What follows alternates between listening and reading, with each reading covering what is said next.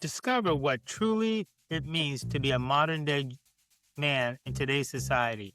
In the rapidly changing world, Logan shares his profound insight on masculinity, integrity, and faith, revealing how aesthetics, strength, character, and purpose are more relevant than ever, regardless of your job or lifestyle. If you ever wondered how to lead with honor, dress with dignity, or build a meaningful relationship in a casual culture, this episode is essential guide. Nick, a dedicated member of the Society of Ordinary Gentlemen, offers a raw look into his diverse life, from farming and firefighting to professional trucking and barbecue mastery. He emphasizes that being a gentleman isn't about suits or status. It's about showing up, following through, and honoring your commitments. Values rooted in biblical masculinity, you'll discover the choices to dress well and carry yourself with confidence. Influence is not only how others perceive you, but how you perceive yourself and the profound ripple effect it has on the community and family. We break down these things into several categories. True essence of masculinity and how it shapes by faith and purpose. Practical ways to embody integrity through dress, communication, and action. This is important of legacy, and not only in wealth, but in character and spiritual rewards. How the mindset can shift and elevate your leadership at work and at home. Why personal grooming, manners, punctuality are powerful tools to influence any environment. Stuck in the comfort zone, overwhelmed by society and shifts, this episode challenges you to step up in a live, intentionally transforming your daily habits into pillars of respect and influence. Whether in your career, in faith, or in relationships, the principles shared here will inspire you to pursue excellence and reflection on your true character. Join Nick, a man of faith, resilience, as he discusses lessons he's learned from his historic grandfathers, spiritual mentors, and personal failures turned to growth of opportunities. His journey underscores that success isn't measured by trophies or titles, but by impact that you leave in the world and those you love and serve. This episode is perfect for any man striving to balance work, faith, and family. Those who are ready to rediscover themselves and the virtual embrace of honor and being a gentleman in today's world. Step into your best self, lead with integrity, and join a community committed to elevating what it truly means to be a man of character. Welcome to the Ordinary Gentleman, and welcome to the Gentleman's Forum.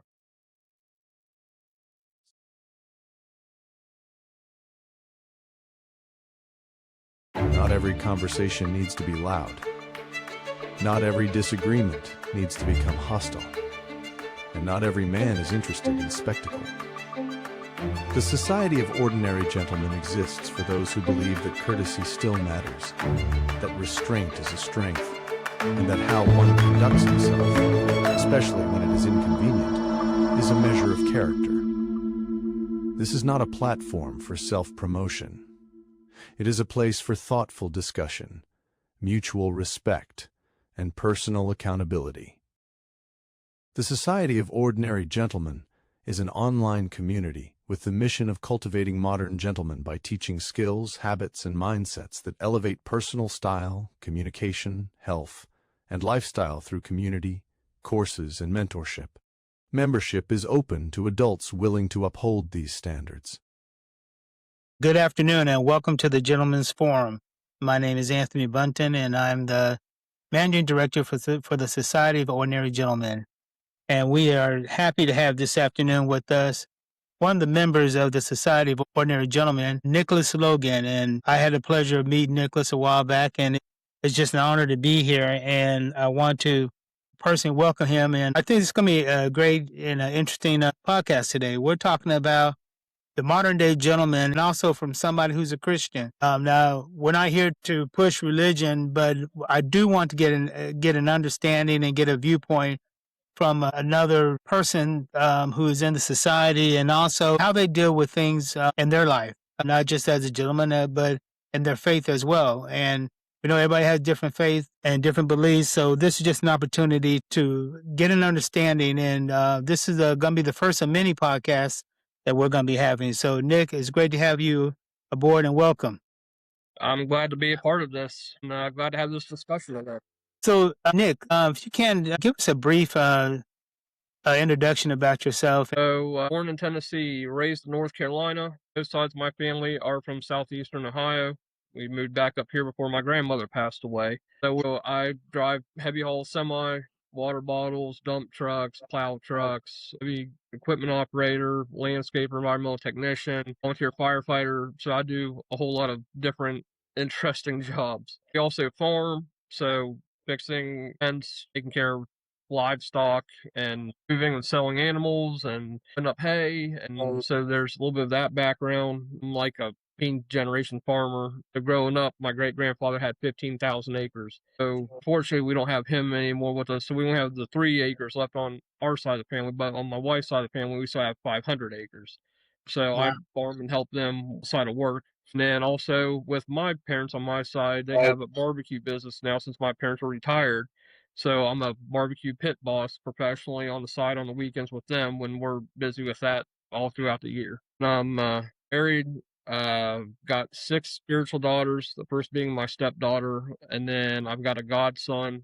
So they're absolute blessing. I have a bunch of nieces and nephews from family, and then I also have spiritual nieces and nephews from a Christian camp that the wife and I are both a part of as a spiritual aunt and uncle for. So we're constantly busy and running all the time. Today, we want to talk about what it's like being a modern day gentleman. And I know, there's many gentlemen out here that, they feel that because they work in a job that's not white collar, and because they might work in a field, or they might work in a warehouse, that it makes them less of a gentleman. So I want to ask you, Nick, what does masculinity or being a gentleman today in today's world mean to you? So being a gentleman in today's world is, like you said, it's not just the wearing of the suit. Yes, this was a thing back in the 30s and 40s, 50s. We've gotten away from that. Our generations from then have gotten a little bit, fortunate, lazy, as per se, but that's the entire world. That's not just, one country, one city, whatever. It's we've gotten more relaxed and more comfortable. When we're comfortable, we're not learning. We're not trying. We just sit in this comfort zone. We don't want to move forward. So one thing I've learned, and I'm going to show this with everybody. So I am part of a Men's 33 study. And it's literally the study on biblical masculinity. And the point of understanding where masculinity came from, what men's true calling was from the beginning of time till now. And that's really shaped my foundation of where I stand, how I'm a husband, how I'm a father, how I'm a step parent, how I'm an uncle, how I'm a blue collar hard worker. And it goes back to the family I came from. I did a DNA test and I dug back into my genealogy because you don't know where you're going if you don't know where you came from. So I've seen the generations and the times that my families have gone through, and I stand back and I look, and I'm like, well, okay, who am I compared to that? And then I learn from what they've been through, and I decide I want to be better than that. I want to give my family a better start. I don't want them falling in my tracks. I don't want them making the same messed up mistakes that I've made. I want them to learn from that what I'm teaching them. And granted, they're going to make their own mistakes. That's just life. We learn and we move on from it. We make mistakes, but we learn from them. If we use the word fail, it means we've totally given up. We've thrown in the towel. We said we're quit. We're done. And we can't do that. That's not even being a man. I mean, come on. We have to pick up the ball and we have to say, okay, I want to be uncomfortable. I want to learn from where I've made these mistakes, step up and do better. And that's the decision that I made when I joined the gentlemen's group on here with Anthony and a bunch of other great men. So I decided that I wanted to make a difference for myself, for my family. I wanted to know what I was called for. I wanted to do better. I didn't want to sit here and be comfortable. I wanted to step up and step outside of what I was. I didn't fully know what I was called for as a man Sure. because no one explains that. They do not teach this in school. We miss Sure. out on this. They have sex ed and physical education classes, and they still don't teach you what you're supposed to do. I hate to even bring this up, but we've been lied to that, or at least here in the U.S., that you can be whatever you want to be. Yeah, that sounds great, but we all know that's not going to happen. That's not truth. There's health, there's physical abilities, there's disabilities, there's all kinds of stuff that comes up. And Right. yes, if you're driven, you can do great things, but it's not about chasing money and chasing trophies and getting a pat on the back. Where I store my stuff is eternal. I store my awards up in heaven because I know someday I'm going to leave this world. This up on earth is not coming with me. It's not. It's common sense. Let me ask you a question. As a modern day gentleman today, and you stated that you joined the Society of Ordinary Gentlemen. How does that reflect on you and your in the work environment? We know that this journey is not a short term. As gentlemen, we're constantly evolving. We're constantly growing. So, how is that working for you? It makes me try harder. As Anthony already knows, and some of the other gentlemen, when it comes to blue collar work, I buy the absolute top line, best brand name work gear that there is. And yes, 3/4 of that is that the gear gets me home safe to my wife and my girls, gets me home safe to my nieces and my nephews. I don't want to come home beat and bruised and bleeding. And so I buy the absolute top of the line. I don't care what it costs. I've got thousands upon thousands of dollars worth of work gear, from FR fire retardant gear to construction to coal mining to firefighting. But it pushes me to do better, to dress better, to have that stuff. So yeah, I have extremely nice jeans that I wear that are $88 a piece. I have $600 boots that I wear. I wear my work shirt, but I have a nice vest that I wear over top of that. Or one of my heavy coats. Like, I'm still dressing in a type of suit. Yes, it's not like dress like what I'm wearing right now, but it still makes me look professional. It makes me look nice when I go to meet people on the job sites, when I'm shaking hands with a contractor or another foreman or a safety guy or another company's boss or whatever it is I deal with on a daily basis on the job sites. So basically, what you're telling me is that even though when you're at work, you can still dress as a gentleman, whether it's in a uniform or after you get out of work. There's a lot of men that say, well, by the time I get home, I change clothes. I don't feel like changing out, so I just throw on something. By the time you get home, especially being a truck driver and hauling stuff, do you go home and if you're gonna go out to eat or go to the store, do you take the time to dress up, or do you just grab something and throw on? When I come home from work, I get a shower, get cleaned back up, reshave, and I grab one of I think I have 9 suits now. And it's not just about the suit. Yes, I feel great when I'm in a suit. It boosts my personality and who I am, and it makes me feel better about myself. But it's so much more than that. So it makes me look nice with my wife. It ups my wife's level because I'm with her. Sure. Now, other people probably aren't going to look at that, but it's a thing. And it's not just that, it's my suits don't weigh nearly as much as my work gear. My work gear weighs a lot, and it's strenuous, and it puts pressure on my legs and my feet and my ankles, and I have to go see a chiropractor for that stuff every week. So when I get home, I'm in lighter weight clothing. Yes, it looks nicer, and that's great. That's the point of looking nice. It's just I don't have all that extra weight on me. I don't have to try as hard to walk and step and go up and stairs and get in and out of cars, but it also holds the people around you accountable, that when they see you dress that way, they're going to automatically mentally in their brain go, oh, I should hold the door for that guy, or I should move my car so he can get to that fuel pump, or I should speak better with my manners. There's a flip that gets switched. They don't mean to do it, but it happens. Sure.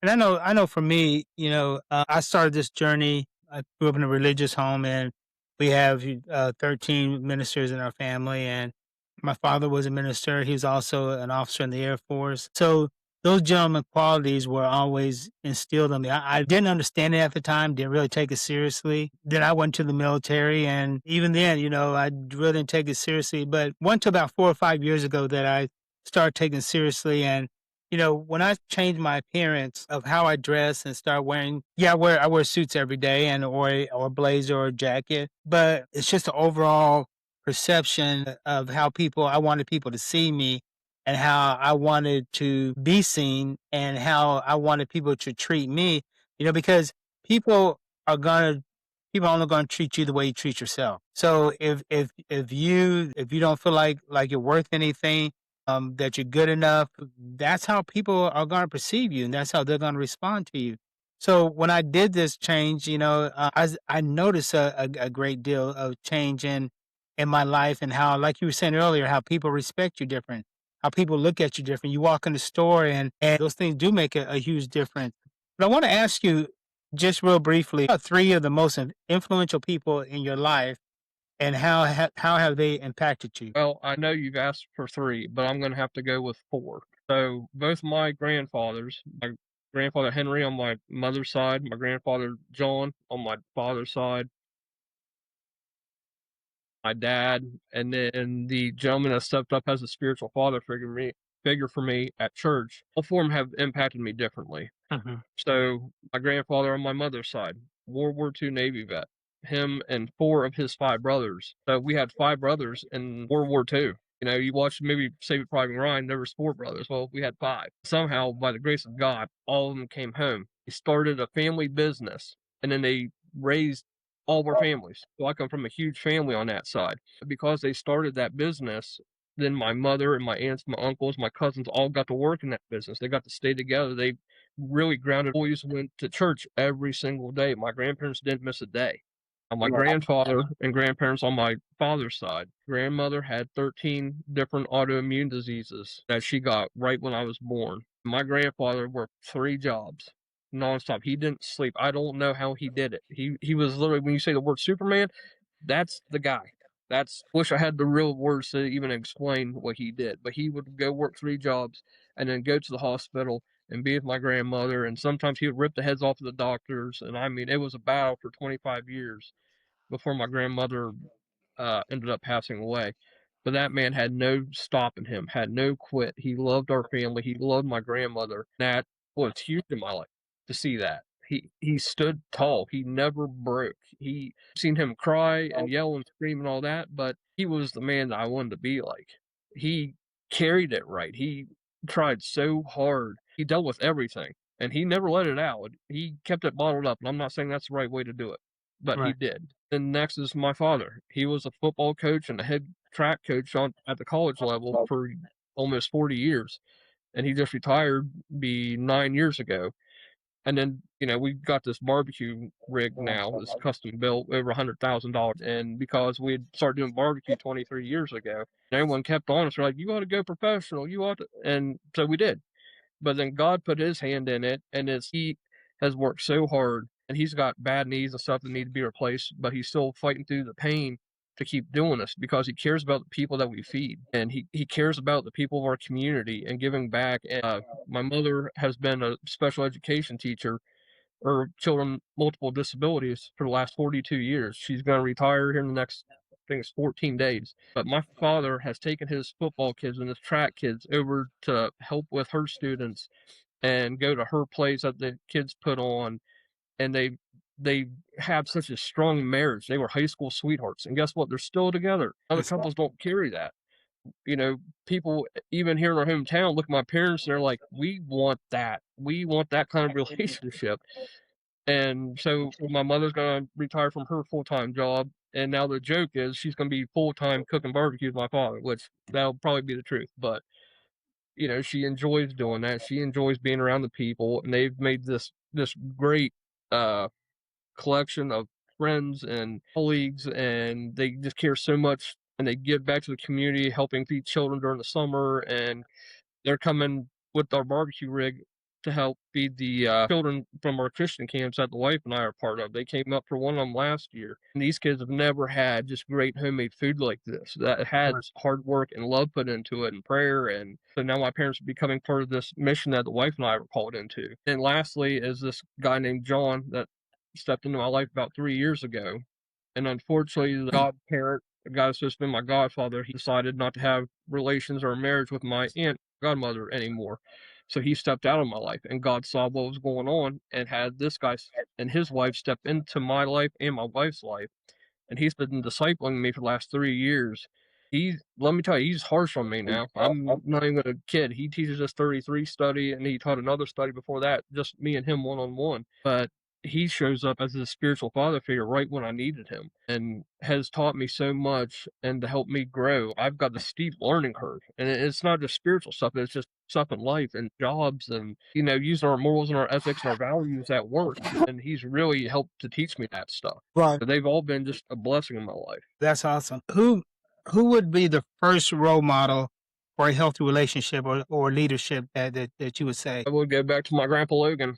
He Mhm. loved my grandmother. He right before she passed away, like the year before that, they went and renewed their wedding vows. And he made, like, yeah, marriage isn't easy, but by God, he worked at it and he tried and he fought blood, sweat, and tears. And he's had people that's robbed him and have stolen one of his work trucks, and he dealt with it. He didn't get mad and angry and all that. He dealt with it like a man does, and filed reports and turned all that stuff in. But then he farmed outside of even doing the 3 other jobs that he worked. But also because of him, his skill level. I don't know if people understand this or not. So if you have a certain skill, it's usually passed down through generations. So like I drive truck and I operate heavy equipment. Well, I'm a 6th generation person in that. So because of his skill level, it got downloaded spiritually into me, and it made me better at what I do. It made me safer. Yes, there's sometimes I do some sketchy stuff that would make everybody listening pull their hair out. I assure. How would you hope that people would remember you as far as a legacy? So legacy we think of as this worldly thing. Legacy to me is not that. It's not the money, it's not the job title, but it's the standing in the gap for people. It's the showing up. It's even your spiritual rewards in heaven, having the eternal stuff that actually and truly matters, because you know that you're going to get a blessing down the road, but you don't do it for that. I want my girls to know that I showed up. I want them to know that I stood in the gap. I want them to see how hard I work and all the hours I work. I'm working 15 to 16-hour days every day. I'm literally putting it down. And You want to be remembered by your spiritual faith. that, my hard work, and being a good husband, that's where it counts.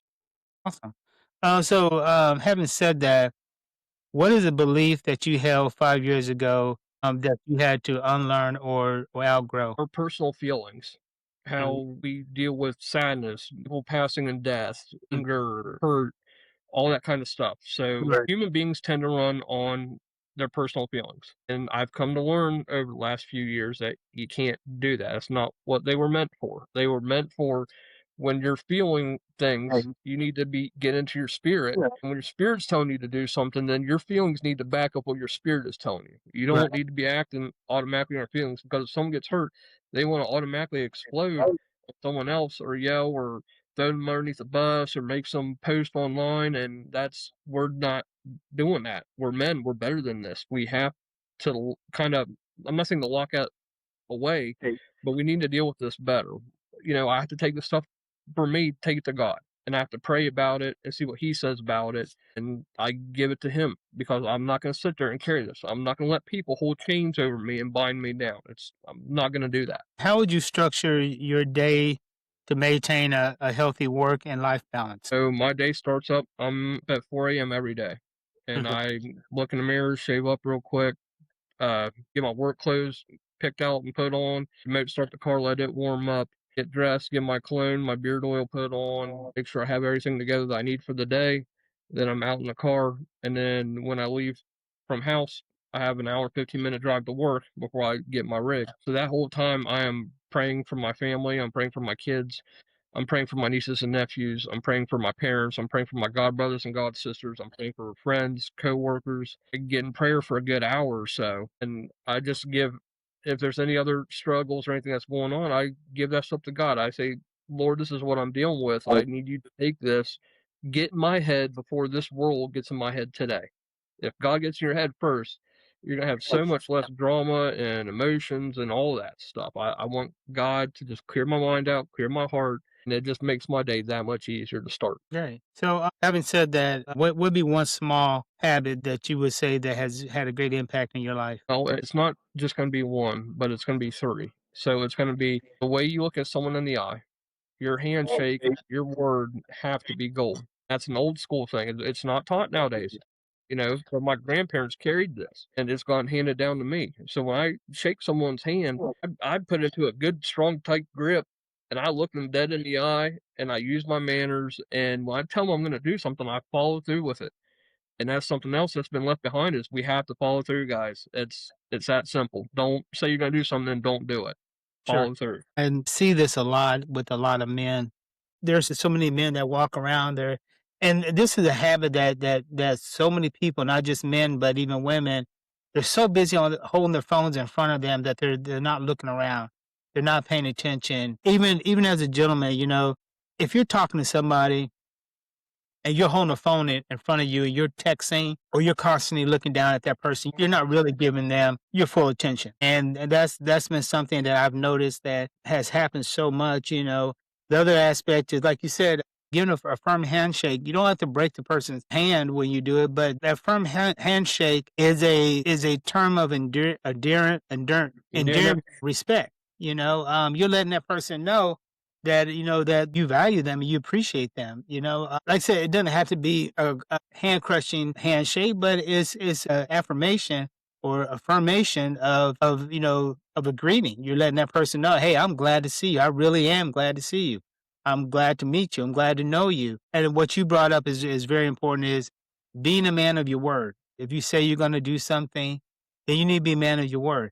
I tell my grandson all the time is that, your word is your bond, and if you don't keep your word, then you can't expect people to respect you. If you're gonna tell somebody that I'll do this, and I tell my grandson, I say, if you can't do it, then be man enough to go to that person and say, look, I'm sorry, I'm not gonna be able to do that, and this is the reason why. The worst thing you can do is give somebody your word and not follow through, and then not tell them or explain to them why you weren't able to do it. Yes, things happen in life. Things come up in life to where hey, Nickolas, I'll pick you up tomorrow at 8 o'clock. And then, I'm on my way there and there's a car wreck or there's a traffic jam, and all of a sudden I show up, 2 hours later and you're like, man, what happened? I thought you were going to be here. As a gentleman, if I'm looking at my watch, number one, I'm going to make sure that I allow travel time, but we know that some things are just unavoidable. And I see that I'm going to be late, then I, as a man, should be calling you and say, hey, Nick, hey, this is Anthony. I just want to let you know I'm stuck in traffic. It looks like it might be a 25 or 30-minute me to get there. That's like you say, you're keeping your word. Yes, I couldn't get there on time, but it's not due to my own fault.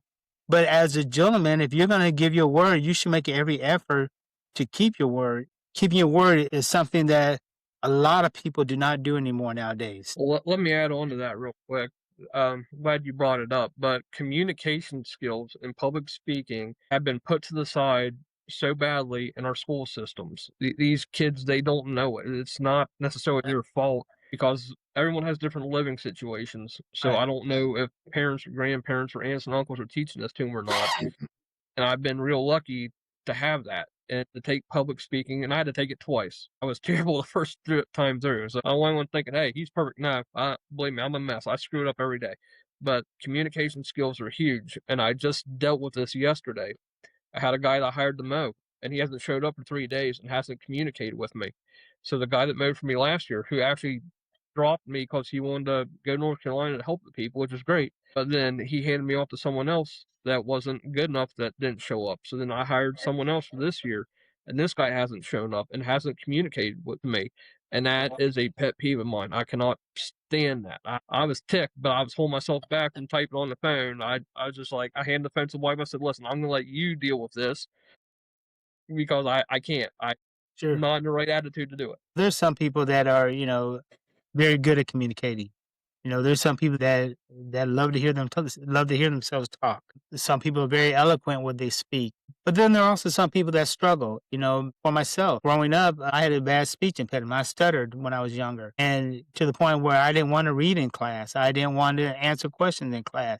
I avoided conversations. It took me becoming an adult going in the military, being around people to where I had to speak. I had to, especially when you in military, you start getting rank and you got people up under you or you have to respond and answer to somebody in authority above you. It was a difficult time for me, but it was that experience that helped me learn how to speak up and talk, when I was in the military, I was teaching combat life-saving courses, 200 and 300 soldiers at a time. As a minister, I've preached before hundreds of people at one time, teaching executive protection work, security consulting work, where I'm teaching and helping people become security officers, becoming fire protection specialists. I had to learn how to get out and talk. So yes, you're right. Communication is very big. We've gotten to this age of texting all the time. I mean,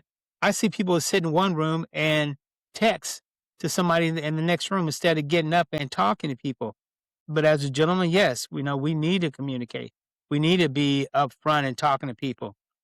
In a world that's becoming increasingly casual, what modern etiquette rule do you think is most important to maintain? And I think one of those good points would be communication. Communication, dressing well, and showing up. I mean, Right.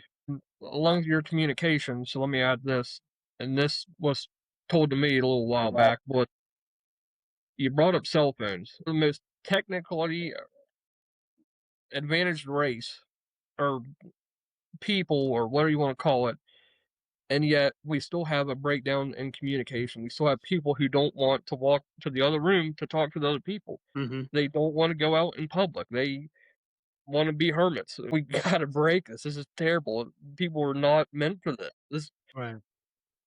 And it's funny you say that because I guess you want to call it New Year's resolution was I have been de-digitizing myself. I got to the point where, I was relying on my cell phone, on my iPad, scheduling things, answering questions for me. Everything was done. I was doing through my iPhone or my iPad, and I realized that it was becoming the norm.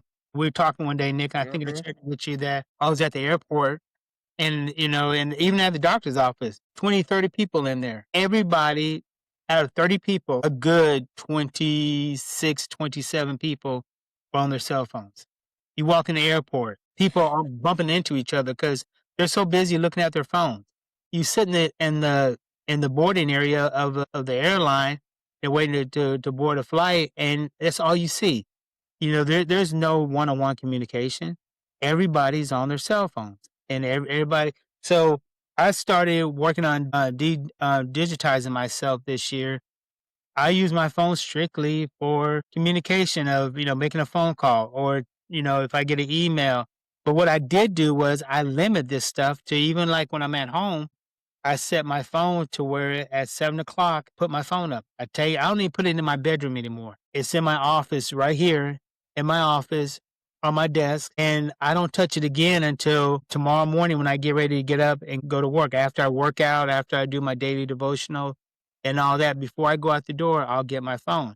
I used to have it right there by my bed, but I found out that when I get in bed, I start scrolling or I wake up middle of the night, I start scrolling, or first thing in the morning, I get up. My first thing is to grab that phone and start checking the emails and messages and stuff. And we have gotten so wrapped up in this aspect of that, like you were talking about. And so I started digitizing myself, and now I carry a notepad with me.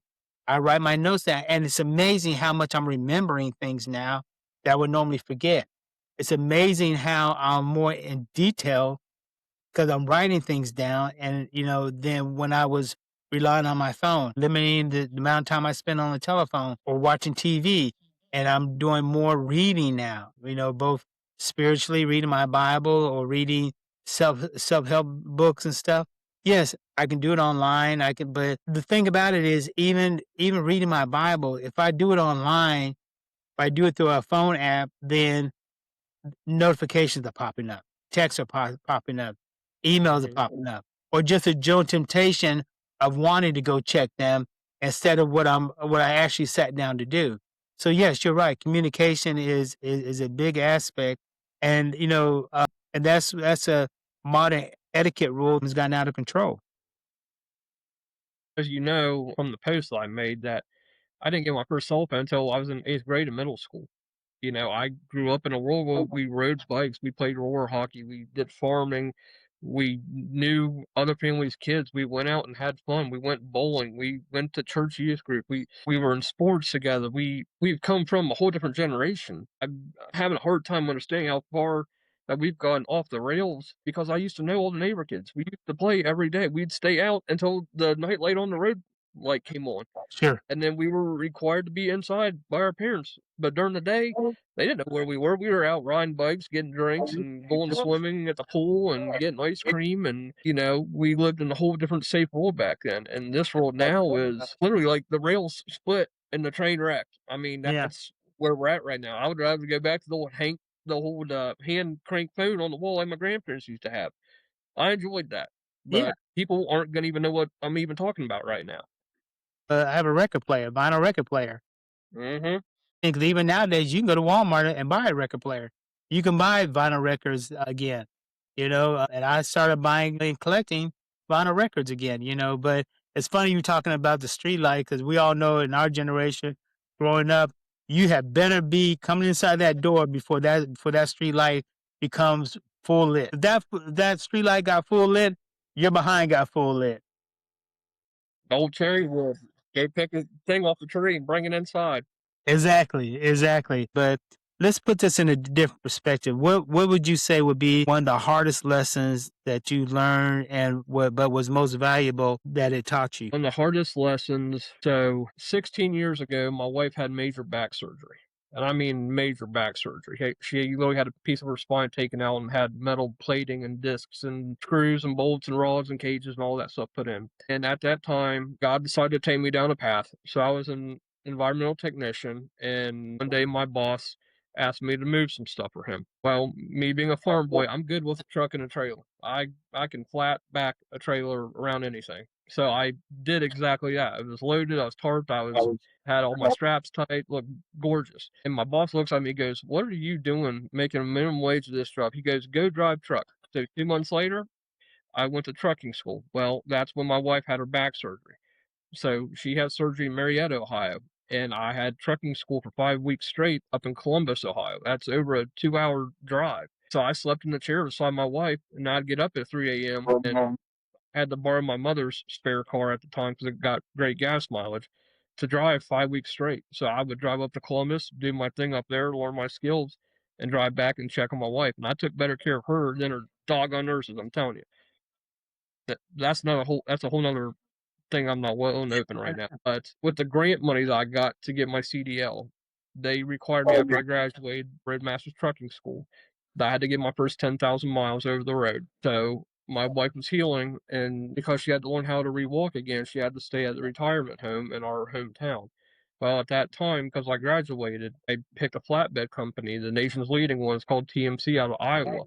And I went over the road and I had to go do their training courses up there. And they're no joke, they're ex-military. You walk in the grass up there, you're going home and you're paying your own way. They don't play that game. And I learned great skills. And we started out with 60 guys. 13 of us graduated. It got our first Peterbilts and our flatbed trailers and the keys and our trucking. So I had to be away from family, and I had to be away from my wife, and everything else was going on. So I wasn't there for them, but I was learning over the road skills, tarping and hauling different loads and chaining and all that, and fueling and winter driving. And there was so much. My learning curve was so high, and yet I wasn't able to be there for my family. Well, my in-laws also have some medical stuff going on, so I ended up coming off the road after I got my first 10,000 miles. And then I started driving truck locally. So I've done local flatbed, hauling lumber, I've done concrete, poured walls, and large commercial construction and small residential construction for the last 5 years now. I've driven plow truck, water bottles, bobtail or pedal hitch trailers. I mean, I've done a little bit of everything: flatbed, step deck, machinery hauling. What was a decision that scared you, but you made it anyway because it was the right thing to do? I'd had a different path for me, and Sure. it's not just the trucking side. It's he called me into missionary work back in 2002, but he goes, "I need you to drive truck and share the gospel at the same time." So it looks completely different every day for me. And every day, yeah, I have a little bit of nervousness that I carry with me, but I have to step out of that. I have to step up and over in that. To share the other day, I have a foreman that I don't know if he's going to stay with our company or not, but he was running a piece of heavy equipment loading my dump truck. And he stopped midway. I was standing outside the truck and he looks at me. He goes, "Hey, I got some questions for you." So I ended up sharing with him on a Friday for half an hour. And it wasn't me that started it. It was he had questions. I'd given him this little cross. I have these little crosses I hand out to people when I feel like I'm led to give something to them.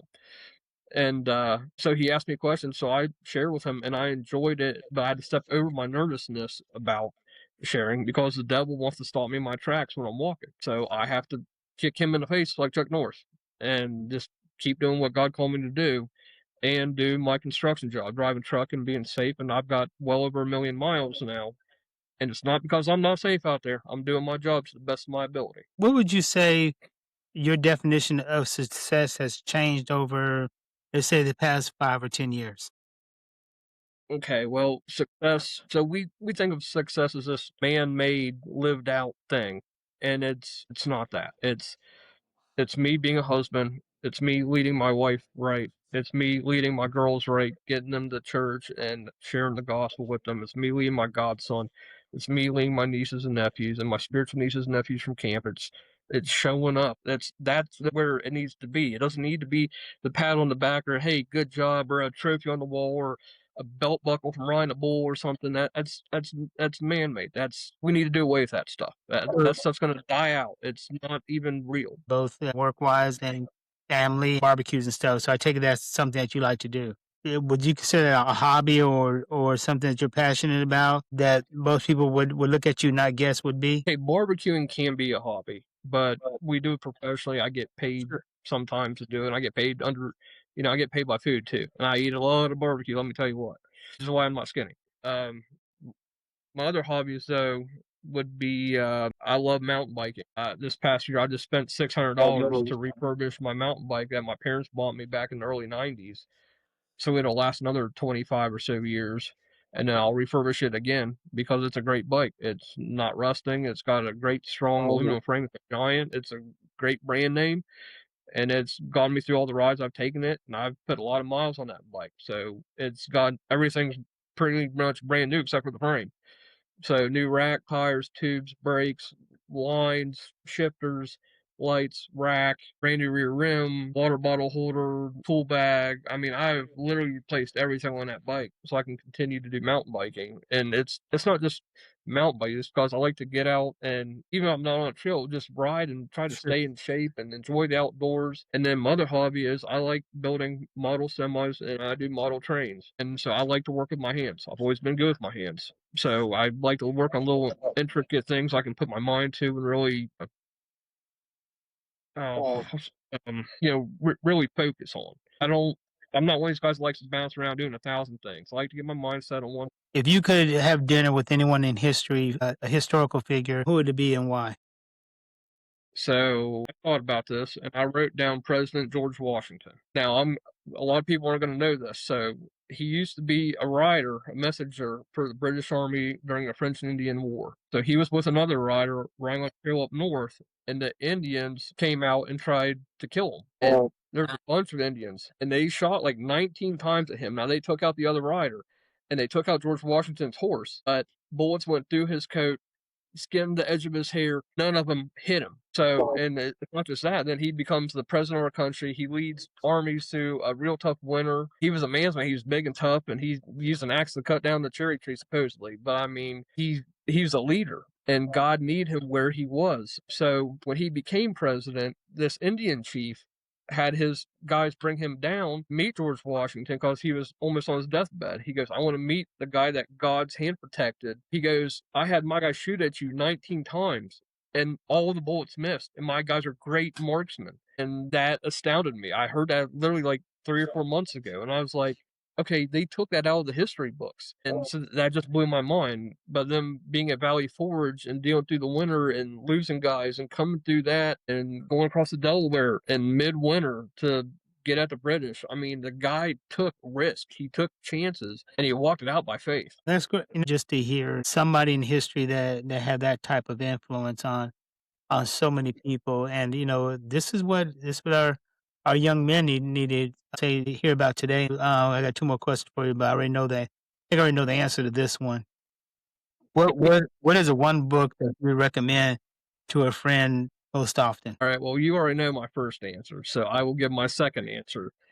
Um, it's not one book, it's the whole series, but the series from C.S. Lewis. I mean, The Voyage of the Dawn Treader and The Lion, the Witch, and the Wardrobe. And C.S. Lewis had faith, regardless if anyone knows it or not. Sure. And he made the videos. It wasn't just about some book he wrote that was some off the top of his mind. The lion represented God, the table representing the cross that Jesus died on, and then he resurrected and came back. I mean, it's a great storyline. It's fun to watch in the movie. My mother actually read these books to me and my little brother when we were traveling up and down the interstates and stuff. And we did a lot of traveling, so she read the whole series to me, and then I got hooked on it as a young adult. And then I bought all the DVDs and I've watched them all, but just the lessons from them and the faith that the children in the movie and the story had to walk through that and become, kings and queens of this land, and to go into spiritual battle and make friends and contacts, and you know who you can trust and who you're fighting against, and it's the battle between good and evil. And we all know good comes out on top. I mean, that's common sense by now. Sure.